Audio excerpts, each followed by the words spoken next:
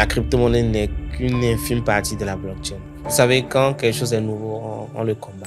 Donald Trump qui, lors de ses élections, en pleine campagne, il a payé avec le Bitcoin dans un restaurant de Dubaï, par exemple, qui a banni tout ce qui est TVA sur crypto. Je prends par exemple un pays comme le Salvador, qui a adopté le Bitcoin comme monnaie légale.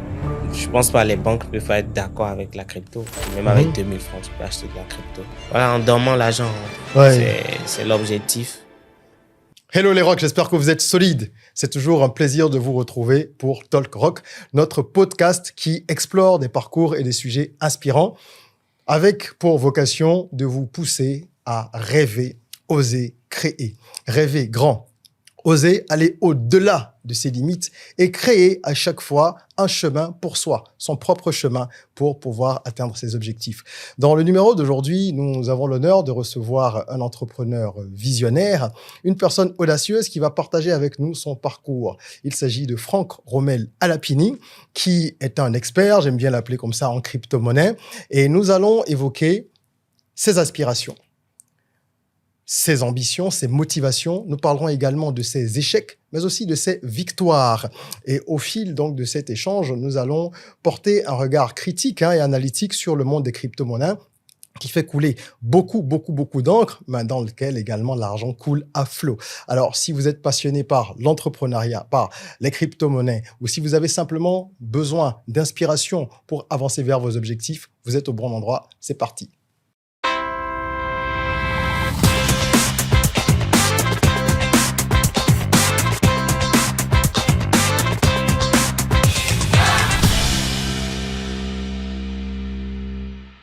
Franck Romel, bonjour. Bonjour Régis. Comment te portes-tu? Super bien, et toi? Très bien, merci. Déjà, merci d'avoir accepté notre invitation pour partager ton savoir avec nous, ton expérience, ton parcours dans le but d'inspirer le maximum de personnes. Je t'en prie. Alors aujourd'hui, on va parler crypto. On va parler crypto à travers ton parcours. C'est un sujet passionnant. Et j'avoue que c'est un sujet que je ne maîtrise pas. Oui, je fais cet aveu. Je n'y connais pas grand-chose et c'est grave. C'est justement pour ça que nous avons trouvé pertinent avec Franck Romel d'évoquer ces questions-là parce que on ne doit pas être des analphabètes du 21e siècle. Et aujourd'hui, la crypto est au cœur de nombreux débats. Alors, pour commencer, je voudrais déjà te poser une question qui est peut-être un peu en retrait. Tu le sais ici, nous parlons de rêver, oser, créer. C'est notre philosophie. Et le but, c'est de savoir déjà d'où viennent les aspirations de chacun. Quand tu étais plus jeune, quand tu étais petit, 10 ans, 15 ans, ado, que rêvais-tu de faire? Est-ce que tu voulais être entrepreneur? Est-ce que tu savais déjà même ce que c'est qu'un entrepreneur? Ou est-ce que tu avais des modèles qui s'en rapprochent? Et quelles étaient tes aspirations professionnelles? Je pense que pour entrepreneur étant petit, non, je pense pas. Parce que déjà, tu connais déjà notre éducation. C'est quand tu te mets à l'école, tu finis et tu trouves un boulot. L'envie de devenir entrepreneur est venue beaucoup plus tard. Je pense qu'au début, c'était de devenir artiste musicien, un truc où tu es célèbre quand même. Okay. Après ça, je pense que je pensais beaucoup plus à la marine. Mais de plus en plus, en évoluant, et je me suis rendu compte que je veux quelque chose quand même où j'aurai du temps. Donc, ce qui déjà m'a premièrement frappé, c'est l'immobilier. OK. Où je vois déjà que le gars construit, il met en location chaque fin du mois. Il suffit de faire, c'est le plus grand truc à faire. À chaque fin du mois, il prenait l'argent. Donc, c'est ce qui m'a vraiment poussé vers l'immobilier, le fait que ce soit un truc passif. D'accord. Ça, c'était une de tes ambitions. Tu as déjà réalisé ce rêve puisque tu es dans l'immobilier. On a d'ailleurs réalisé un élément il n'y a pas très longtemps ensemble. On était dans tes résidences pour montrer un petit peu le modèle. Et bravo encore pour ce que tu fais de ce côté-là. Merci beaucoup. Et une fois que tu es donc devenu adulte, en tout cas jeune adulte, après le bac et tout ça, qu'est-ce que tu as fait avant de tomber dans le monde de la crypto-monnaie? J'ai fait un BTS et une licence en administration et gestion des ressources humaines. D'accord. Je suis tombé très vite dans tout ce qui est commercial. OK. Et c'est là que je suis resté longtemps avant de découvrir les cryptos. Tout le monde connaît un de nom. Ce que c'est, juste le mot, mais si on parle d'une définition précise, je serais moi-même probablement incapable, n'étant pas du tout habileté à répondre à cette question, de définir ce qu'est une crypto-monnaie. Est-ce que tu peux nous dire simplement, une crypto-monnaie, c'est quoi? Parce qu'il y a plein de gens qui nous suivent, je pense, qui se posent la même question. Pour plusieurs personnes, c'est un peu brumeux. On sait que c'est une monnaie électronique, enfin, on ne comprend pas trop. Comment tu définirais ça? De façon très, très simple, en fait, je peux dire que la crypto, c'est, comme tu l'as dit, une monnaie numérique, mais qui a comme particularité d'être basée sur la blockchain. Okay. La blockchain, c'est quoi? La blockchain, c'est terre à terre. Je prends un album, photo, que tu souhaites partager avec tes amis et tout, mais dans le même temps, tu ne veux pas que quelqu'un copie, tu ne veux pas que quelqu'un modifie. OK. Donc, cette monnaie est basée sur la blockchain qui lui permet d'être sécurisée, déjà. On ne peut pas modifier, c'est-à-dire quoi? Si ta photo que tu mets dedans, personne ne peut l'enlever, personne ne peut le modifier. Donc, il le rend sécurisé. L'autre chose, c'est que ce n'est pas centralisé, c'est décentralisé. D'accord. Contrairement à la monnaie fiduciaire où il faut un organisme central, c'est-à-dire la banque centrale qui régule. Ici, ce n'est pas le cas, c'est décentralisé. C'est que je peux te l'envoyer sans intermédiaire. C'est de pair à pair. D'accord. Je peux te l'envoyer sans intermédiaire. C'est ça le peer-to-peer qu'on dit. Peer-to-peer, voilà, le peer-to-peer. Je peux te l'envoyer sans intermédiaire. Et l'autre chose encore, c'est que à des frais très réduits, contrairement à tout ce qui est conventionnel, la monnaie conventionnelle. Pour une petite précision, c'est que on n'utilise pas, par exemple, le terme crypto-monnaie, on utilise le terme crypto-actif. En fait, ça dépend. C'est vrai que les deux griffes signifient la même chose.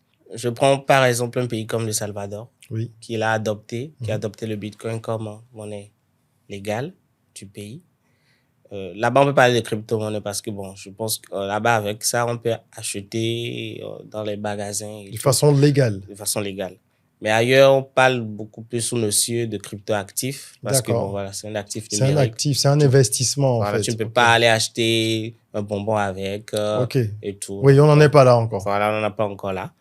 Donc, voilà un peu la différence et ce que je peux dire par rapport à ça. Très bien. Bah, écoute, tu m'as devancé un peu, ça tombe bien, parce que j'allais te demander quels sont les avantages de la crypto-monnaie par rapport à la monnaie donc fiduciaire classique. Et tu as évoqué le fait qu'il n'y ait pas d'organisme de régulation, le fait que tu puisses donc envoyer de l'argent à quelqu'un d'autre sans intermédiaire. Oui.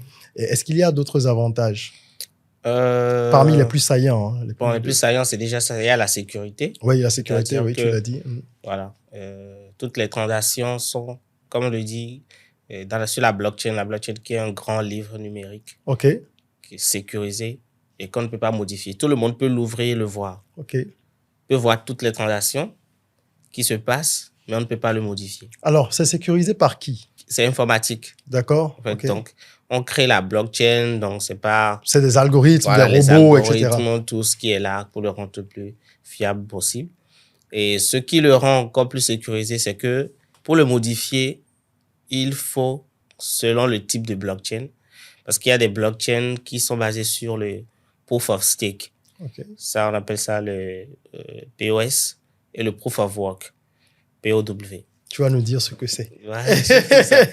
Le Proof of Work, c'est par exemple, c'est des machines, c'est-à-dire des ordinateurs avec des algorithmes donnés, des dimensions données.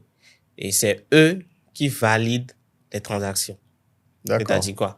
Et il faut avoir un certain nombre de machines ou être éligible pour pouvoir valider les transactions. Ce qui fait que une seule personne ne valide pas, c'est des milliers d'ordinateurs au même moment. Donc, ça limite les risques qu'il y ait, soit de la fraude voilà, c'est qu'il faut, pour modifier, c'est qu'il faut que tous ces ordinateurs s'entendent encore pour modifier, ce qui est carrément impossible vu le nombre. Donc, statistiquement, c'est pas possible de se retrouver dans ce genre de cas. C'est ça. C'est le Proof of Work, c'est beaucoup plus ça. Le Proof of Stake, lui, c'est une alternative de Proof of Work. Le Proof of Work, vous voyez, quand on parle de machines, c'est que ça utilise de l'énergie, c'est que c'est de grosses machines. Il y a des gens qui ont des machines, plein de machines dans le désert, qui travaillent à plein temps. Dans le désert? Oui.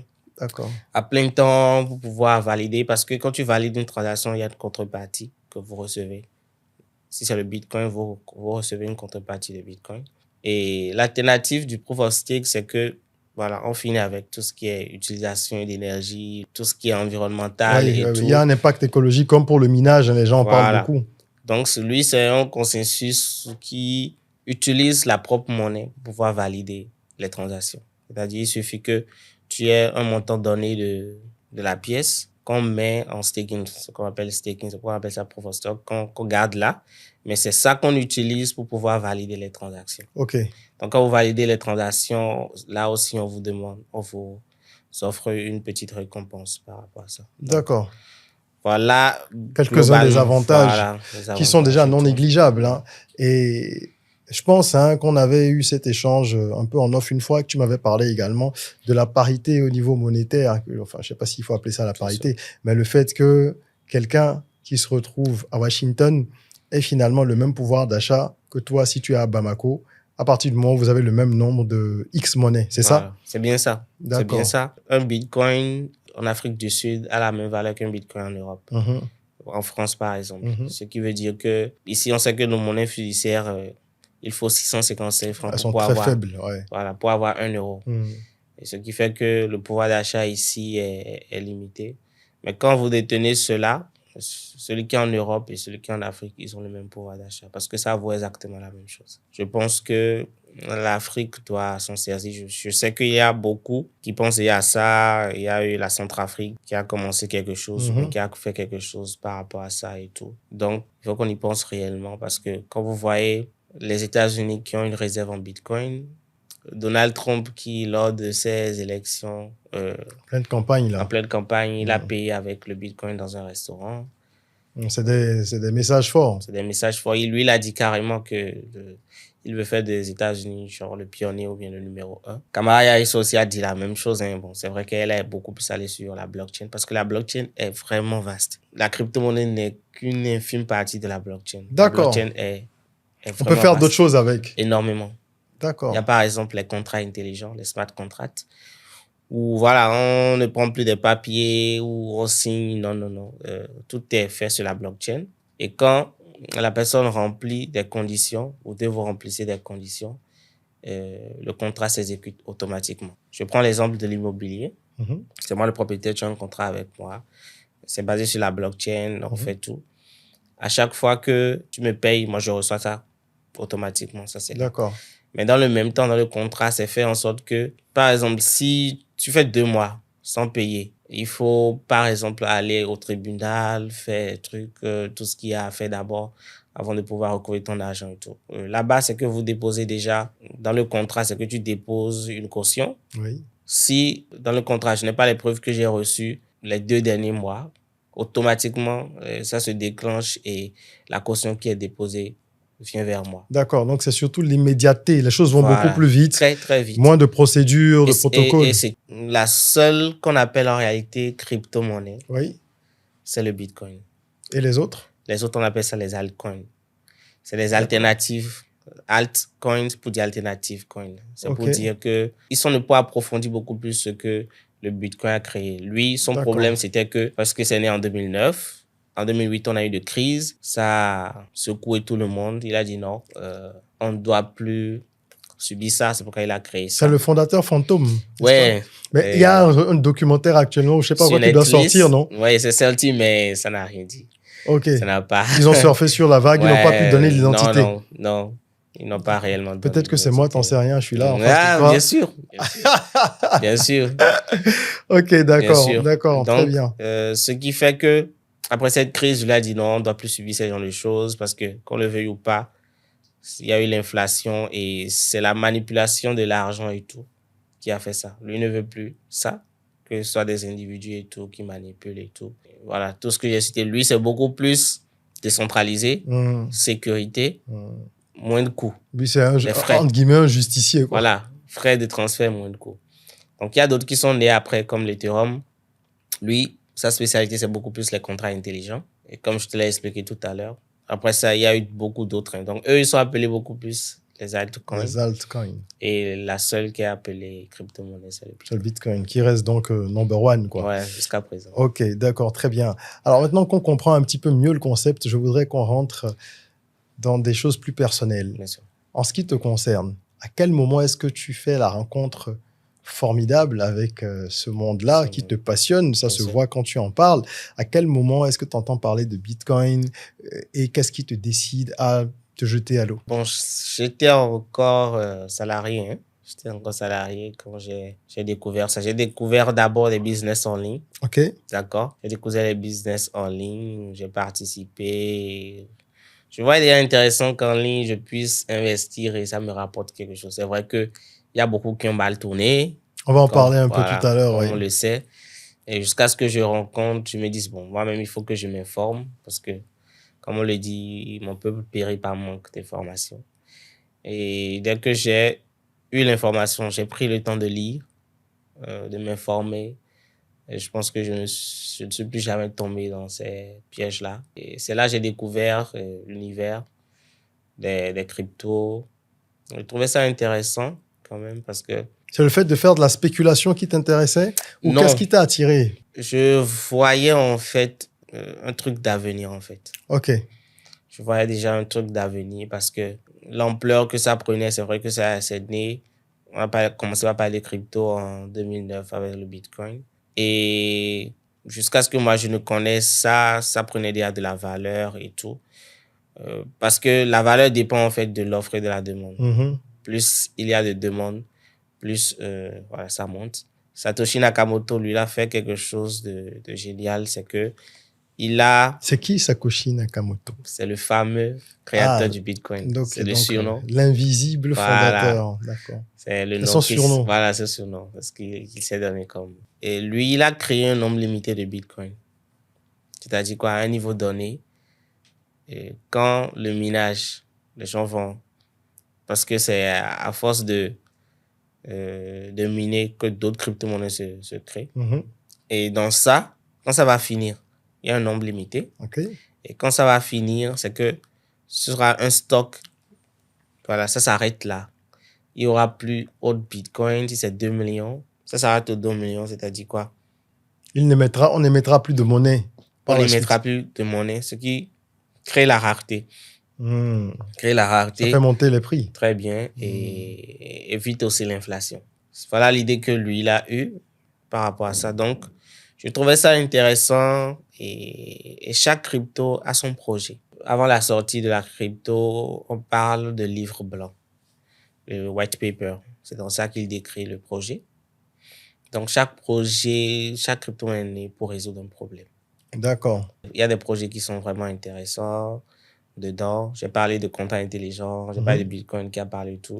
Il y a Ripple, par exemple, qui, lui, c'est les transferts bancaires. Okay. Pour faciliter les transferts bancaires à moins de coûts. D'accord. Donc, il y a beaucoup comme ça. C'est vrai que c'est après ça qu'est venue l'inflation, ce qui est normal parce que plus ça se connaît, plus il y a la communauté derrière ça, plus ça prend de la valeur. Plus le projet avance aussi, le projet pour lequel il est né, plus le projet avance, plus aussi la monnaie prend de la valeur. Donc, voilà. Les crypto-monnaies sont considérés, ou alors la crypto-monnaie et les altcoins, maintenant que je commence à comprendre un peu, ben, elles sont considérées comme, pas beaucoup, hein, comme des vecteurs d'arnaque. On dit aussi qu'elles favorisent le blanchiment et qu'elles favorisent tout ce qui est activité illégale en général. Qu'est-ce que tu penses de tout ça? Ce sont des assertions qu'on ne va pas remettre en question. On sait qu'il y a des cas de ce genre. Quel est ton avis? Je pense qu'il n'y a pas une fraude qui est avec les cryptos, qui n'y a pas avec le monde fiduciaire aussi. Pour ne pas dire plus. D'accord. Tu es convaincu qu'il y en a plus dans le monde fiduciaire? Oui, je pense. Pourquoi? Parce que là-bas, c'est sécurisé? Ça semble être sécurisé, le monde fiduciaire, peut-être. Mais ce qui se passe là-bas comme transaction, en réalité aussi, on ne sait pas trop. C'est vrai qu'on dit que c'est centralisé. Il y a une régulation par rapport à ça. Mais on connaît aujourd'hui, on sait les narcotrafiquants, drogue et tout. Avant les crypto-monnaies, ça existait. Et il y avait bien sûr. Mais est-ce que c'est pas plus facile aujourd'hui? Parce que avant, pour blanchir du cash, les gens assez souvent passaient, ils continuent d'ailleurs, par des activités, hein, de sociétés qui vont être des écrans, ils vont montrer une boîte dans laquelle ils vont mettre des sous. Il y a d'ailleurs dans la série très connue Power, je pense, produite par 50 Cent, là, des gars qui mettent de l'argent dans des salons de coiffure et d'autres choses pour que ça ressorte clean, puisqu'on lave, on blanchit et qu'on puisse mettre sur des comptes pour exploiter légalement cet argent. Est-ce que c'est pas plus facile aujourd'hui avec la crypto? Parce que si quelqu'un a 2 millions de dollars, il achète des bitcoins, personne ne lui demande rien, et puis il va n'importe où il retire. Est-ce que c'est pas ça qui fait peur aux gens? La facilité à blanchir. Non, bon, je pense que c'est pas si facile que ça aussi. Parce que l'avoir en cash aussi, il y a beaucoup de pays aujourd'hui où il y a ce qu'on appelle le KYC à faire. OK, know your customer. Voilà, know your customer à faire pour pouvoir retirer. Aujourd'hui, c'est possible de retirer ça sur Visa et vous connaissez la complexité de Visa pour pouvoir utiliser.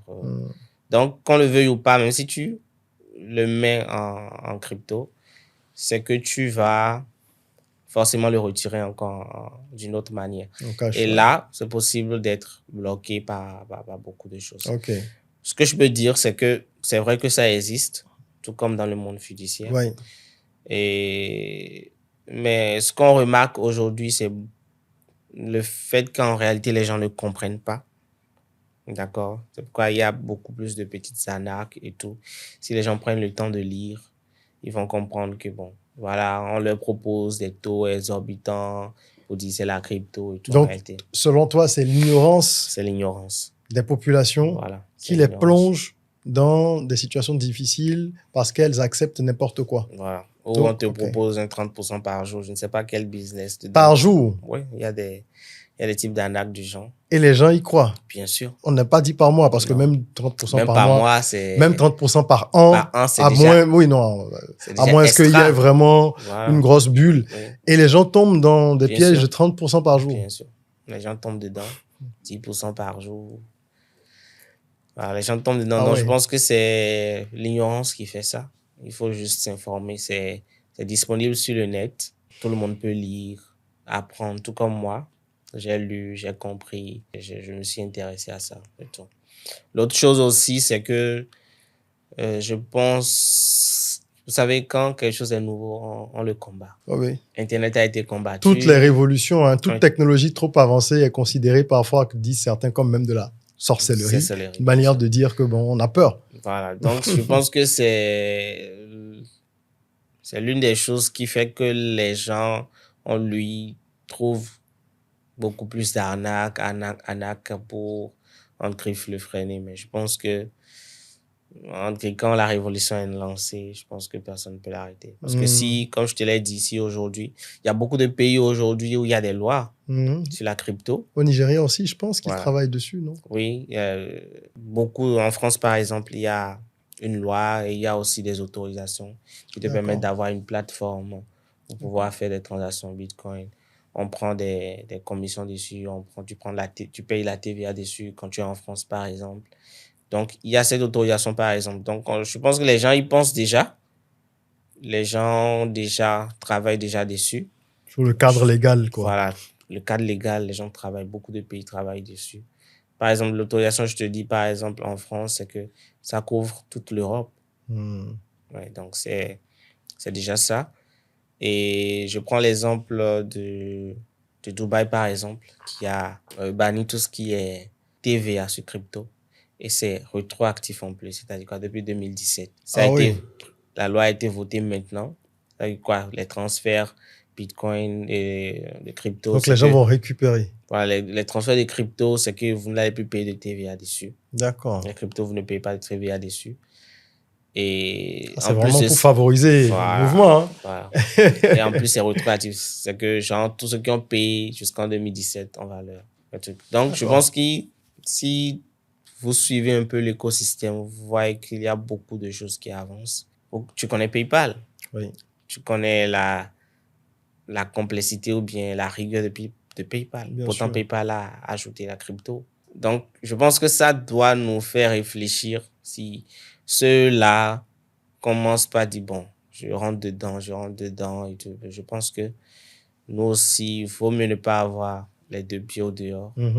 Et prendre le train en marche, quoi. Prendre le train en marche et accepter que, voilà, c'est une révolution et il faut mieux être dedans qu'en dehors. Ben justement, prendre le train en marche. Toi, quand tu as pris le train en marche, est-ce que tu as connu des mésaventures au début? Est-ce que tu as perdu de l'argent? Est-ce que ça s'est mal passé d'une manière ou d'une autre? Oui, je pense que comme tout investissement, il faut y mettre de l'argent qu'on est prêt à perdre. Et ça, c'est dans tous les domaines. Intéressant. Même, Okay. Même dans l'immobilier, tu peux faire un bâtiment qui va s'écrouler. Donc, ta philosophie, c'est à chaque fois que tu investis dans un secteur ou dans un business, c'est de l'argent que tu te dis qui est peut-être déjà perdu. Bien sûr, parce que tous mes aventures peuvent arriver. D'accord. Même dans l'immobilier qu'on dit sécurisé. Bien sûr. Dès qu'il y a une guerre, c'est que c'est foutu. Oui. C'est juste que les probabilités sont peut-être un peu plus faibles. Un peu plus faibles, mais ça peut arriver. Voilà, c'est toujours risqué. La particularité des cryptos, c'est que ça fluctue beaucoup. OK. Aujourd'hui, le Bitcoin peut être à 50 000 $. Demain, il peut être à 30 000. Mais 3 jours après aussi, il peut être à 80 000. Donc, tu as perdu pas mal de cash au départ? Non, pas perdu, parce que dans le domaine, dans l'écosystème, quand on parle de perdre, c'est quand tu as vendu. OK. Toi, c'était plutôt... Voilà, quand tu es dans du long terme, c'est que tu gardes la valeur de la pièce. C'est-à-dire quoi? Si j'ai 0,01 Bitcoin, aujourd'hui, ça peut valoir 2 $, demain, ça peut valoir 5 $. Mais quand ça vaut 2 $. Si je fais l'erreur de vendre, c'est que c'est là que j'ai perdu. Oui, donc c'est un peu comme des actions en bourse. Exactement, c'est ça. Tu as X actions, ça monte, ça descend. C'est exactement ça. D'accord. C'est exactement. Ceux qui connaissent la bourse savent que ça peut fluctuer et tout. D'accord. C'est exactement la même chose. Et tant que tu ne vends pas, tu ne perds pas. Et tu n'as pas été découragé au début quand tu voyais tout ça? Parce que tu m'as dit que tu étais salarié, donc j'imagine que quand tu as démarré, tu n'as pas forcément mis beaucoup d'argent. Non. Au départ? Non, j'ai pas mis beaucoup d'argent. Mais comme je te l'ai dit, je voyais le long terme. Ça fait un. Mais forcément aussi, c'est qu'il y a eu quelques retours où j'ai trouvé que c'est intéressant. OK. Et tout. Et voilà, ce qui fait que j'ai continué dedans. Avant de découvrir aussi l'univers de la blockchain, qui voit que ça va bien au-delà des cryptos. Parce que la blockchain aujourd'hui, être développeur blockchain, c'est un métier du présent et de l'avenir. Si je connais quelqu'un est développeur, s'il peut être développeur blockchain, je pense. Tu le conseillerais ça, de se positionner? C'est des postes vraiment recherchés aujourd'hui parce qu'on peut faire énormément de choses avec la blockchain. On peut organiser des élections qui ne peuvent pas être falsifiables. Ah bon? Ouais. Parce que du moment où, quand c'est enregistré, vous ne pouvez plus le passer. Vous pouvez voir. C'est un grand livre. Vous pouvez consulter. On aurait besoin de ça en Afrique. Mais bon, en tout cas, et pas qu'en Afrique, hein. Qu'ils réfléchissent à ça. Non, je le dis comme ça en souriant, mais c'est intéressant de découvrir les potentialités. Moi, je n'en avais aucune idée. Je savais pas que ça allait jusqu'à ce stade qu'il y avait autant d'options. Il y a trop d'options, trop. Comme je t'ai dit, je t'ai parlé des smart contracts, des contrats intelligents où, voilà, on avait pu faire ce truc-là. Et il y a aussi la finance, ce qu'on appelle finance décentralisée, le DeFi, basé sur la blockchain, où tout ce que la banque fait comme activité peut être aussi dans la finance décentralisée, mais basé sur la blockchain. C'est-à-dire, on peut te faire des prêts, donc il y a beaucoup de choses. Okay. Ce qui se fait déjà aujourd'hui, tu mets une garantie, tu as une crypto-donnée, tu as la possibilité d'avoir une autre crypto. Et là, tu as un prêt, ce qui éviterait par exemple la corruption. Bien sûr. Donc, il n'y aura plus de réseau dans lequel il faut injecter du cash pour obtenir, par exemple, un prêt ou des choses de ce genre. Donc, tu mets ça en gage et on te prête ce que tu veux. Tu finis de l'utiliser et tout, tu rembourses et on te retourne ton argent. Donc, ta crypto sert de garantie pour obtenir une autre crypto. Quand tu ne payes pas, c'est qu'ils ont ta garantie, ils prennent ce que tu leur dois et ils te retournent le reste. Comme je te l'ai dit, quand ça ne marche pas, parce qu'il y a un délai aussi. Au bout de 30 jours, tu n'as pas payé et tout ça. Donc tout est encadré. Voilà. D'accord. Donc, c'est toute une économie parallèle qui est construite autour de la blockchain. Bien sûr. Alors, lorsque tu te lances, tu dis que, évidemment, tu as des premiers retours qui t'encouragent. Donc, tu as dû voir sur ton écran des chiffres montés. Tu as eu le sourire que tu as à l'instant. J'imagine bien. Mais comment est-ce que ton entourage a pris cela? Moi, j'aime bien poser ce genre de questions parce qu'il y a des facteurs sociaux aussi qui comptent. On est en Afrique, sur un continent où nous n'avons pas encore la même conscience digitale, si je peux appeler ça comme ça. et on ne comprend pas tout ce qui se passe. Quand tu as dit, si tu l'as dit, je ne sais pas si tu l'as dit ou si tu l'as caché, est-ce que tu l'as dit à ta famille, que tu commençais à le faire? Et si oui, comment ils ont réagi? Est-ce qu'ils n'ont pas eu peur que tu perdes tout? Alors, est-ce qu'ils se sont pas dit que c'est associé à la cybercriminalité? Parce que il y a beaucoup de préjugés. Comment ça s'est passé? Bon, je pense que je n'ai pas vraiment parlé à quelqu'un. J'ai pas pris l'avis de quelqu'un. Tu craignais ça un peu? Oui, je craignais ça parce que tout ce qui n'est pas compris peut être mal pris. Ouais. Donc, je n'ai vraiment pas parlé de ça à quelqu'un pour dire je suis dans ça et tout. Donc, déjà que moi, j'ai vu, en griffe, là où j'allais, ce que ça pouvait apporter comme solution demain et tout, je me suis dit, bon, voilà, je me lance dedans. Et tu as attendu que ça fonctionne bien avant de dire un peu autour de toi? Oui, bien sûr. Avant même de quitter. Le boulot. Le boulot aussi. Donc, c'est... La bulle, ce mot, tu dois l'entendre. Il y a au-delà des suppositions des uns des autres qui disent oui, que ça parle beaucoup d'arnaques, comme on l'a dit, de blanchiment et tout ça. On entend souvent aussi comme contre-argument, que tout ce qui est crypto-monnaie, en fait, ça représente une bulle qui va finir par péter un jour. Et même dans des médias, on va dire, entre guillemets, très sérieux, je dis entre guillemets parce que la réputation, elle est relative. On lit ce genre d'arguments où vous avez des personnes qui parfois sont des personnes avec un très bon niveau académique aussi, des chercheurs. Il y a des défenseur de la crypto et il y a de farouches opposants.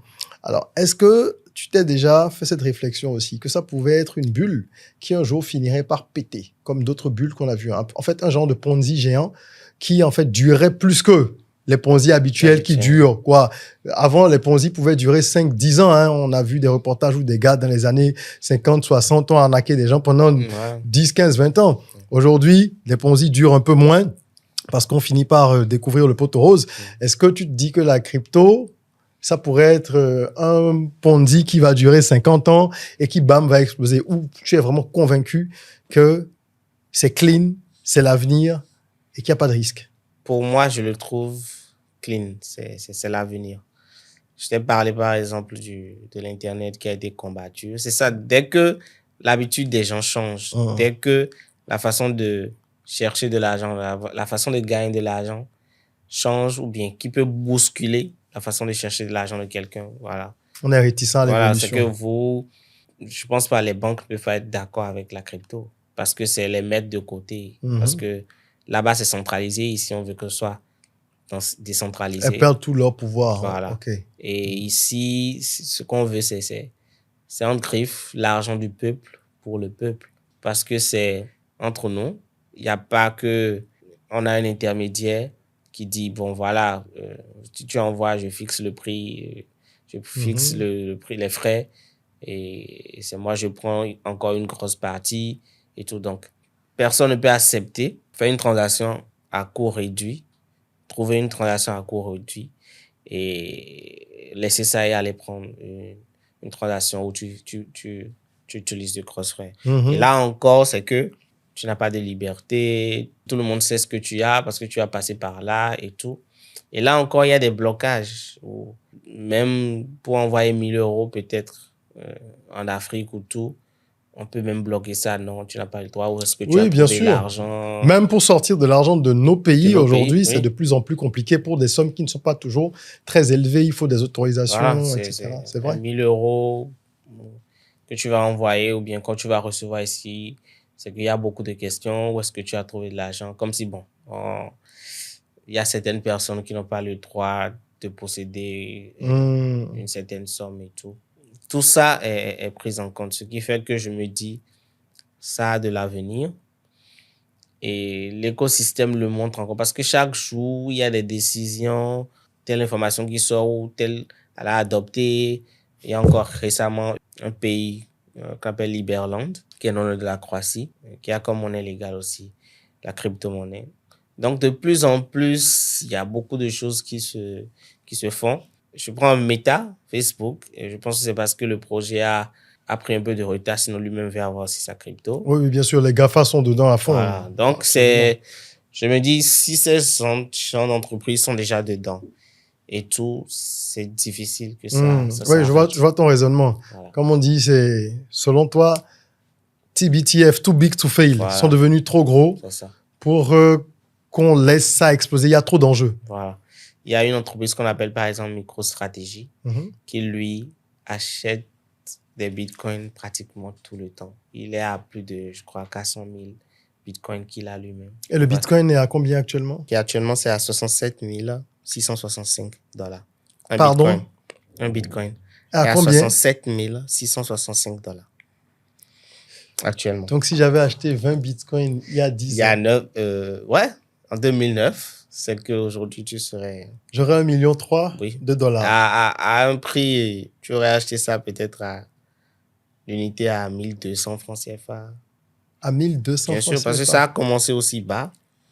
D'accord. Avant de commencer pas à prendre la valeur. Parce que ça a commencé aussi 0, et quelques dollars, $1, $2. Et aujourd'hui, ça vaut plus de 40 millions de francs CFA. Ça vaut plus de 60. Je pense qu'en bourse, il n'y a absolument aucune valeur boursière qui est connue de tel bon. Sur la même durée, ça n'existe pas. C'est pour ça aussi qu'on l'appelle l'or numérique, en fait. On l'appelle l'or numérique parce que pour beaucoup, c'est de l'argent, en fait. C'est une valeur refuge quasiment, quoi. Très bien, c'est une valeur refuge et tout. Donc, c'est comme avoir de l'or, mais numérique. Il faut toujours prendre les révolutions en marche tôt. C'est ça, en fait. Bien sûr. Parce que ceux qui arrivent tôt, ils sont les plus grands gagnants. Aujourd'hui, quelqu'un qui va acheter un bitcoin, il pourra quasiment pas. Il va acheter qu'une fraction d'une fraction d'une fraction. Et donc, il y a ça qui est un frein. Est-ce que... moi, j'analyse ça comme un frein. Je me dis que le coût d'accès dans l'esprit des gens pour rentrer dans le monde de la crypto est élevé. Je dis bien dans l'esprit des gens, parce que je ne suis pas un spécialiste, tu vas nous dire justement. Les gens se disent que c'est quelque chose d'inaccessible aujourd'hui, puisqu'ils n'y étaient pas au départ, au bon moment. Et donc, ça freine, ça rebute plusieurs. Au-delà de ça, il y a un autre aspect sur lequel je voudrais t'entendre, c'est justement la frilosité des uns et des autres. À quoi est-ce que c'est dû? Parce que tu parlais de manque d'information. Mais qu'est-ce qui est fait pour vulgariser justement les cryptos? Quand je dis qu'est-ce qui est fait, je ne parle pas des pouvoirs publics, c'est pas leur rôle. Puisque la crypto, tel que tu l'as expliqué, a été créée avec un esprit un peu indépendant et presque rebelle même. Qu'est-ce qui est fait pour pouvoir vulgariser ça? Si déjà des personnes qui, on va dire, sont instruites, donc qui normalement devraient s'y intéresser parce qu'elles savent lire, écrire, elles sont souvent sur Internet, des gens comme moi, il y en a plein, malheureusement. C'est-à-dire des gens qui s'informent sur de nombreux sujets tous les jours. Moi, par exemple, je regarde ce qui concerne la bourse et un certain nombre d'autres sujets, mais qui ne vont pas vers les cryptos parce qu'ils n'ont peut-être pas ce réflexe. Si déjà, nous, on a cette difficulté, comment est-ce que la majorité de la population, quand on connaît le taux de bancarisation, mais surtout de personnes demi-lettrées ou illettrées, qui ne seraient pas capables, même si elles allaient sur Internet, de lire et de comprendre, comment est-ce qu'on fait pour vulgariser ces informations-là dans nos pays? Bon, je pense que comme tu l'as dit, c'est pas le rôle des... Bien sûr, je parle des acteurs indépendants ou privés. C'est pas leur rôle. Mais aujourd'hui, je pense que la seule et unique façon, c'est Internet. C'est Internet. Il suffit de taper crypto et je pense que il y a tellement d'informations. Et quelqu'un qui ne sait pas bien lire ni écrire, ce qui est le cas de la majorité de beaucoup de gens dans nos pays, comment ces gens-là peuvent avoir accès à cette information? Quelqu'un qui ne peut pas faire de recherche Google, qui ne peut pas lire tout ça. Je pense que pour eux, ce serait vraiment difficile. Donc, on va laisser une grande partie de nos populations à la traîne. C'est comme aujourd'hui, c'est déjà avoir accès à Internet. Ceux qui ont accès à Internet, je pense qu'eux, ils sont déjà d'office, ils ont la capacité. Pas évident. Hein? Non, ils ont la capacité, en fait, d'avoir l'information. En quelle langue? Parce que nous avons des problèmes aussi linguistiques. Tu sais, par exemple, que WhatsApp et TikTok doivent, entre autres, leur succès à cette facilité-là qu'ont des gens un peu partout dans le monde, et notamment en Afrique, de pouvoir s'exprimer sans pouvoir lire. Tu vois des personnes qui sont demi-lettrées ou, oui, qui connaissent 2-3 choses parce qu'elles se sont arrêtées peut-être au CE2, au CM1, et qui peuvent retrouver le nom du contact, mais lui faire une autre vocale. Et voilà. Et sur TikTok, c'est pareil. Tu as énormément de contenus qui sont communautaires. C'est pour ça que ça, c'est un des éléments clés du succès de TikTok. Il y a des plein de personnes qui ont des comptes où vraiment tout ce qu'ils diffusent, c'est dans leur langue locale. Et puis, on est bien content d'aller suivre ça parce que ça fait la promotion de nos langues. Mais comment on peut avoir accès aux informations capitales? Parce qu'on parle là de divertissement quand je parle de TikTok et compagnie. Si quelqu'un parle le fond, le Ina, je sais pas moi, le baoulé, etc., et qui parle pas bien français, comment est-ce qu'il fait pour avoir accès à ce genre d'informations? Sinon, on va laisser beaucoup de personnes, nous encore, on peut nous condamner. C'est notre faute si on n'a pas l'info. Mais les autres n'ont pas accès à ça. Est-ce que ce sont des sujets auxquels tu penses, puisque tu es dans ce monde? Je pense qu'il faut qu'on commence déjà par ceux qui ont Internet. OK. Parce qu'il y en a qui l'ont. Bien sûr. Et qui ne s'y intéressent pas. Tu as parlé de la bourse, par exemple. Mais aujourd'hui, beaucoup aussi ne s'intéressent pas à la bourse. C'est vrai, c'est vrai. Alors que tout le monde devrait s'intéresser à la bourse. C'est vrai. Tout le monde devrait s'intéresser à la bourse. Donc, ça part déjà de là. Ce qui est en griffe, basé sur la monnaie fiduciaire aussi, il y en a encore dont on n'a pas encore assez. Beaucoup n'ont pas encore assez.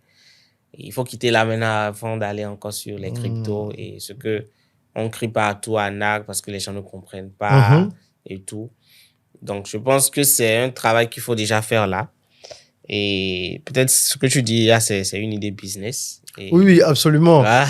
Vous savez que je suis friand de ça, partager des idées business. Vous pouvez d'ailleurs retrouver plein dans mon dernier ouvrage, 100 business rentables pour l'Afrique. Le lien est dans la description. Vous aurez plein d'idées qui sont adaptées au contexte africain. Et ça, c'est une idée que je vais probablement présenter dans une vidéo très rapidement. Parce que faire de la vulgarisation sur les crypto-monnaies, mais dans nos langues locales, ça peut être non seulement un projet qui rapporte de l'argent, mais également une manière de contribuer aussi à l'indépendance financière des gens. Bien sûr. Ça doit être intéressant comme business. Et je pense que le faire serait idéal. Et tu as dit quelque chose de pertinent aussi. Tu as évoqué le fait que même dans des activités, des secteurs un peu plus traditionnels, comme la bourse qui aujourd'hui est traditionnelle, c'est dans nos vies depuis je ne sais pas combien de temps, mais il y a peu de gens qui s'y intéressent. Est-ce que ce n'est pas peut-être un problème d'éducation financière en général? J'ai l'impression qu'on n'a peut-être pas le réflexe de se former à la gestion de l'argent qui implique de suivre les moyens de gagner de l'argent. Est-ce que ce n'est pas un peu ça aussi à ton avis? Oui, c'est bien ça. C'est bien ça. Tu sais, tu connais en réalité, tu connais notre éducation ici. Oui. Et comment on voit l'argent, comment nos parents nous ont appris à voir l'argent. Il faut en avoir peut-être peur et tout.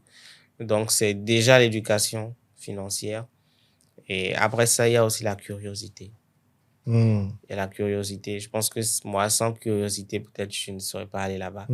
Je m'aurais dit non, ça là déjà c'est bon, je reste dans mon coin, je reste, voilà, je sors pas de ma zone de confort et tout, je ne cherche pas à comprendre. Et là, je serai toujours là-bas. Et beaucoup ont ce réflexe ou bien cette posture de dire bon, j'ai déjà ça, je m'arrête là et tout. Mais dans le même temps, il y en a qui connaissent la crypto que tu n'imagines même pas. Oui, bien sûr. Tu vois un vieux, doute. je te dis, un vieux qui connaît la crypto. Dans nos environnements ici. Ça, c'est bien, ça. Il a son broker, il a sa plateforme sur laquelle il a sa crypto, qu'il achète. Parce qu'aujourd'hui, grâce à une plateforme, ce n'est pas la plateforme. Tu as en Afrique la possibilité avec le franc CFA d'acheter une partie, parce que même avec 2000 francs, tu peux acheter de la crypto. Oui, en fait, tu as c'est comme si tu achètes 1 milligramme d'or, quoi. Voilà. Tu as la possibilité d'en acheter. On va peut-être mettre le lien de cette plateforme dans la description. Et je pense que ceux-là, tu vois des gens, tu es étonné, mais tu t'imagines pas. Tu te dis, mais quoi? Personne de ce il est vraiment informé. Il est vraiment informé de tout ce qui est crypto, il suit l'actualité et tout. Donc ça, quand tu vois ça, tu vois que bon, il y a de plus en plus de gens qui tout doucement. Tout doucement. Mais dans le même temps aussi, on a des cadres haut placés qui ne veulent même pas entendre parler de ça. On comprend aussi et tout. Ça va venir. Oui, ça va venir forcément. Ça va venir. Si on ne s'y met pas, ça viendra nous chercher de toute façon. Bien sûr. Et je pense qu'il faut qu'on s'y mette rapidement parce que quand vous lisez un peu, vous voyez le niveau auquel les gens sont. Ils ont déjà des cadres qui régulent et tout ça. Je pense qu'il faut qu'on s'y mette rapidement, sinon on sera encore dépassé. Ouais, on sera comme d'habitude. Oui, comme à chaque révolution, en fait. À chaque révolution, on sera encore dépassé. Alors qu'en réalité, ça doit être notre révolution, la révolution africaine, parce que le fait d'avoir le même pouvoir d'achat que celui qui est en Europe devait être un truc qui devait nous motiver à y penser et à chercher réellement à s'approprier, à comprendre et à s'approprier. Est-ce que tu dirais que la crypto a changé ta vie? Oui, forcément. Vraiment? Vraiment, vraiment. Du tout au tout? Tout au tout, oui. Tout au tout. Ça a vraiment changé ma vie. Même la manière de voir les choses. Oui, au-delà de l'argent, dans ton mindset. Oui, dans le mindset, dans l'analyse et tout. Parce que, qu'on le veuille ou pas, aujourd'hui, on a le trading classique. On a le trading classique avec nos monnaies euro, USD et tout ça. Oui. Et on a ce même trading aussi en crypto, où il faut avoir un bagage d'abord intellectuel et faire des formations, comprendre beaucoup de choses avant d'investir. C'est la même chose aussi en crypto. Donc, il y a toutes ces informations qu'il faut chercher et tu comprends beaucoup de choses. Tu vois que, en fait, les innovations en crypto en termes de projets, je pense qu'aujourd'hui dépassent les innovations simples. Parce que quand vous voyez les projets, ce pourquoi les coins sont créés, vous voyez qu'il y a des gens qui innovent vraiment et c'est vraiment, vraiment intéressant. Et que le monde bouge. Toi, tu connais, on a discuté des NFT par exemple. Bien sûr.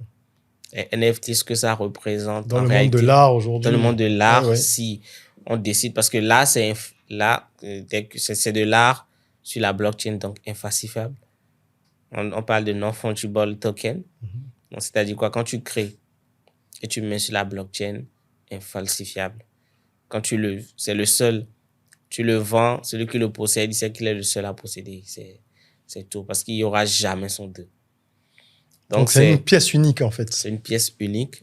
Et tu peux définir, je crois que Booba, avait sorti, enfin les Américains, il y en a plein, même Booba, dans le monde francophone, il avait sorti un album comme ça, et il y avait un nombre de copies limitées. Oui.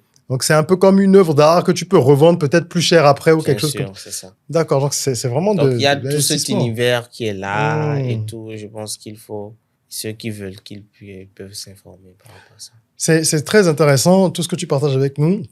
Si tu me permets de faire un petit rappel de notre échange de la dernière fois où on parlait plutôt d'immobilier, je me souviens d'un épisode que tu as évoqué qui était assez douloureux, où tu étais parti de ton appartement parce que le propriétaire était venu chercher la porte d'entrée pour défaut de loyer. Bien sûr, c'est ça. Et tu es allé chercher cette porte-là sous la pluie. Ce sont des épisodes qui t'ont marqué, qui t'ont poussé quand tu rentrais en crypto à y aller. Est-ce qu'il y a eu des éléments déclencheurs puissants au début comme ça? Au-delà de la curiosité. Bon, au-delà de la curiosité, c'était beaucoup plus la liberté, en fait. Oui, donc c'est lié quelque part. Voilà, tu recherchais la liberté pour ne plus avoir de frein. Voilà, c'est ça, la liberté, ne plus dépendre que tu viens au boulot à 7 heures, tu sois à 15 heures et tout. Donc, c'était beaucoup plus avoir du temps. Et je pense que tout ce qui est... En fait, j'ai dans le même temps qu'on est en fait tout ce qui est développement personnel, éducation. Ok, donc d'accord, c'est un changement transversal, c'est holistique vraiment. D'accord. Donc tout ce qui est éducation financière, j'ai connu, j'ai beaucoup appris. Ça a vraiment changé mon mindset et tout. Et c'est tout ça qui m'a mené aussi vers l'immobilier où je me dis bon voilà, c'est ce qui m'intéresse. Les revenus passifs, je suis passionné par les revenus passifs. Vraiment passionné par les revenus. Ça se voit. Voilà. Je suis vraiment passionné par les revenus passifs où, voilà, en dormant, l'argent rentre. C'est l'objectif entre griffes de toute une vie. Donc, ne pas avoir à travailler tout le temps et toute sa vie. Ne pouvoir profiter de la famille. Et voilà. Le tout, ce n'est pas de l'argent. Tout n'est pas l'argent. C'est ce qu'on peut obtenir avec l'argent, en fait, qui compte. Voilà, c'est ce qu'on peut obtenir avec l'argent qui compte. C'est pas courir tout le temps, ne jamais être là pour la famille, être toujours en train de bosser. Bon, ce n'est pas une vie que moi, je souhaite. Je suis très, très paternel. Et voilà, c'est tout ça qui m'a amené à dire, voilà, je veux un truc où j'aurai quand même du temps pour la famille. Je ne veux pas sortir à 7 heures, venir quand les enfants dorment et partir avant eux. C'est ça qui me booste vraiment dans tout ce que je fais. C'est un noble moteur. En tant que père, je partage totalement ce sentiment-là aussi. Et on s'achemine tout doucement vers la fin de notre podcast. Je voudrais te demander, qu'est-ce que tu dirais à une personne qui nous écoute et qui hésite encore à investir ou déjà aller même se documenter, se renseigner avant d'éventuellement investir dans le monde des crypto-monnaies?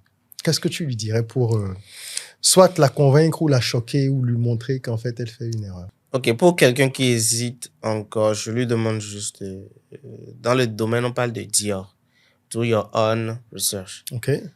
De faire ses recherches, de s'informer. Aujourd'hui, qu'est-ce que les gens font avec, quelles sont les innovations dans les pays, déjà, quelles sont les lois qui sont votées. Aujourd'hui, on a déjà l'ETF Bitcoin. Mm-hmm. Ah oui. On a déjà l'ETF Bitcoin, l'ETF Ethereum. C'est en train d'aller vraiment vite. Et je pense que quand tu fais toutes ces recherches et tu vois l'ampleur que ça prend, en y réfléchissant, tu vas t'aventurer. Ça ne te coûte rien. Prends ça comme tout investissement où tu peux perdre de l'argent, mais tu peux aussi gagner. Comme tout investissement. Je pense que vaut mieux l'avoir que de ne pas l'avoir. Okay. Parce que quand le minage du Bitcoin, je prends l'exemple du Bitcoin, va finir, ça veut dire quoi? Il y aura un nombre dans le monde, un nombre limité dans le monde qui auront cette pièce. Pourquoi ne pas faire partie de ce nombre limité dans le monde? C'est un genre d'élite, quoi. Voilà, la crypto-élite. Voilà, c'est un genre d'élite. Pourquoi ne pas faire partie de cette élite? C'est bien dit, il vaut mieux en avoir que ne pas en avoir. Mais justement, même pour avoir une petite portion, comment on se lance concrètement? Si cette personne qui t'écoute se dit « Ok, je vais faire mes recherches », elle lit, elle regarde, elle se dit « Bon, je veux commencer ». Elle se lance comment? Qu'est-ce qu'elle fait? Elle commence par où? Il lui faut combien pour se lancer? C'est peut-être un peu comme la bourse. Il y a un mythe. Les gens pensent qu'il faut avoir 100 millions pour investir en bourse, alors qu'avec 10 000 francs, tu peux investir. Est-ce que c'est le cas pour les cryptos? Pour que les gens comprennent un peu. C'est exactement la même chose. C'est exactement la même chose. Il suffit d'avoir une plateforme dédiée au stockage. On parle de banque en ligne, on parle de banque crypto, où tu es capable de stocker la crypto.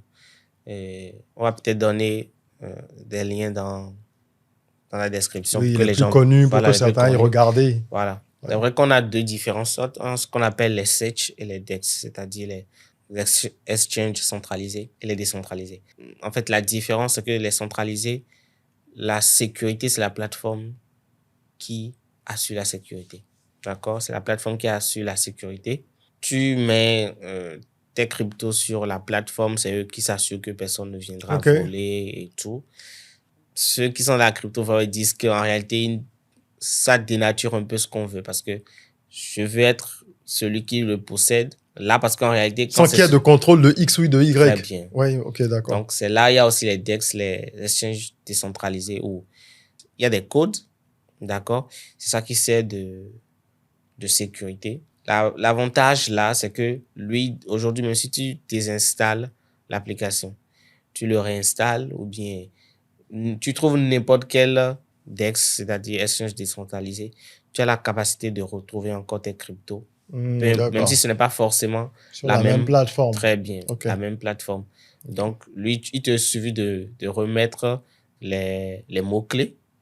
Tu remets les mots-clés, tu retrouves tes fonds. D'accord. Ce qui fait qu'aujourd'hui, il y a ce qu'on appelle les whales, c'est-à-dire les baleines. Ceux qui font les grandes transactions en Bitcoin. Il y a une chaîne sur Telegram où tu suis un peu ce que les gens font. Tu entends par exemple qu'un portefeuille qui n'a pas été utilisé depuis 25 ans ou bien 10 ans vient d'être activé. C'est-à-dire que la personne a remis les mots. Et c'est de gros portefeuilles? C'est de très gros portefeuilles. Parce que depuis ce temps, en 2009, il a acheté peut-être 10 000 bitcoins et aujourd'hui, il a retrouvé les codes. Peut-être il n'avait pas retrouvé et tout. Il a retrouvé, il a remis. Je pense la personne a dû devenir folle quand elle ne retrouvait pas les codes, quand elle a vu les cours qui montaient. Donc, et tu retrouves tes bitcoins. Donc, on va mettre les liens de ces deux-là pour que les gens puissent faire. À part ça, c'est juste des recherches, c'est de s'informer. Ici, on informe les gens. Voilà, c'est pour informer les internautes, ce n'est pas un conseil en investissement. Dès que vous faites votre propre recherche, facilement, je pense que vous pourrez prendre une décision. Très bien. Je pense que... Enfin, moi, à chaque fois que je t'écoute, je suis convaincu qu'il est temps de s'y mettre. Mais là, il faut arrêter d'être convaincu. Il faut s'y mettre vraiment. J'espère que vous avez compris également toute la pertinence qu'il y a derrière cet échange. Parce que le but, ce n'est pas de vous dire commencez à acheter de la crypto, mais au moins, commencez à vous documenter. C'est surtout ça. Voilà. Vous pouvez décider après de ne pas le faire. Mais au moins, vous sauriez dans ce cas-là que vous avez creusé un peu, que vous avez compris un petit peu de quoi il s'agit pour ne pas rester en marge de l'évolution. Autrement, nous serons les perdants si nous ne prenons pas, encore une fois, le train en marche. Pour finir, je vais te demander de donner 3 conseils. Avant cette question, généralement, je demande aux invités s'ils auraient refait leur parcours, parce qu'il y a des embûches, etc. Si c'était à refaire aussi, ils auraient changé certaines choses. Je ne vais pas te poser cette question parce que, évidemment, tu l'as dit, ton sourire là, laissé également entendre, ça a été une aventure très enrichissante, au sens propre comme au sens figuré surtout. Tu as parlé du mindset et de tout le reste. Donc, je pense que c'est une aventure concluante. C'est pour ça que tu continues d'ailleurs. Et je sais quel est ton engagement à promouvoir les cryptos sans être dans ce flot-là de « Ah, venez ici, on va vous dire comment faire ». Tu as une approche qui est beaucoup plus pédagogique. C'est ce que j'aime beaucoup. Et je t'encourage d'ailleurs à continuer à le faire parce que ça va être utile pour beaucoup de personnes. Donc, je vais passer à la question ultime qui est la suivante. 3 conseils que tu donnerais à quelqu'un qui se lance dans les cryptos. 3 conseils, simplement. 3 conseils, je peux dire, la première des choses, c'est de s'informer. C'est la base. C'est de lire. Si possible, même prendre des formations dedans pour mieux comprendre. Ça, c'est la première des choses. L'autre chose, c'est d'investir ce que tu es prêt à perdre. Ça, c'est important aussi. Si c'est 20 000, mais 20 000. Et si tu es prêt à perdre, parce que c'est comme tout investissement, je le répète, comme tout investissement, l'argent que tu es prêt à perdre. Une troisième, est-ce qu'il y a une troisième? Je pense qu'avec ces deux-là déjà. Je pense que c'est l'essentiel. Faire ses recherches et mettre de l'argent que tu es prêt à perdre et ensuite le résultat. Être un peu courageux. Ouais, ça c'est vrai aussi. C'est vrai, il faut être courageux. Parce que l'inconnu fait toujours peur, n'est-ce pas? C'est ça, l'inconnu fait peur. C'est ça qui fait qu'aujourd'hui on lui prête tous les noms, mais il va s'imposer et après tout le monde dira c'est trop tard. Mais parce que de toute façon, si à des moments donnés vous êtes obligé de payer en Bitcoin, on ne sait pas dans combien d'années ou de décennies ce sera peut-être la monnaie à utiliser. Oui, c'est dans beaucoup de pays. Il y a des shops où tu payes en Bitcoin. Il y en a plein. Il y en a plein dans le monde où tu payes en BTC. C'est juste fou. Franck Rommel, merci beaucoup. C'est fou, mais c'est passionnant. Merci pour justement ce partage avec toute l'humilité et la pondération nécessaire pour diffuser ce type de message parce que c'est pas toujours simple. Les gens ne sont pas disposés toujours à écouter puisqu'il y a les préjugés. Mais la communauté rock, c'est une communauté de personnes qui rêvent, qui osent, qui créent. Ce sont des gens qui veulent avancer. Et donc, je sais qu'au sein de notre communauté, vous avez pris toute la mesure de l'opportunité de cet échange. Merci encore une fois. On a des projets avec Franck Rommel. Vous les découvrirez dans les mois à venir. On a parlé, par exemple, de vulgariser un peu plus tout ce qu'il y a autour de la crypto, au moins pour donner de l'information. Ça se fera probablement sur notre plateforme academyrock.com. On vous tiendra informé, d'accord? Et vous pourrez donc aller découvrir tout ça. Je vous rappelle que mon dernier ouvrage est toujours disponible pour les idées de business comme celle qu'on a évoquée tout à l'heure, qui vient de germer, vulgarisation au sein des couches, de toutes les couches et les classes sociales en Afrique, des crypto-monnaies, pourquoi pas. Je vous ferai une vidéo là-dessus dans pas longtemps avec le format habituel où je présente donc le concept, les atouts, les contraintes, ce qu'il faut investir, ce qu'on peut espérer gagner, et je finirai par les conseils pratiques. Et voilà, merci de nous avoir suivis. Si vous avez apprécié ce numéro, mettez un petit like, partagez la vidéo surtout parce qu'il ne faut pas garder les bonnes choses que pour vous. Il y a des gens autour de vous qui ont besoin d'entendre ce message. Ça pourrait changer des vies. Donc, partagez cette vidéo et rejoignez la communauté si ce n'est pas encore fait en vous abonnant. En attendant qu'on se retrouve pour un nouveau numéro, prenez soin de vous, de votre corps, mais aussi et surtout de votre mind. Rêvons, osons, créons, soyons rock. Soyons rock.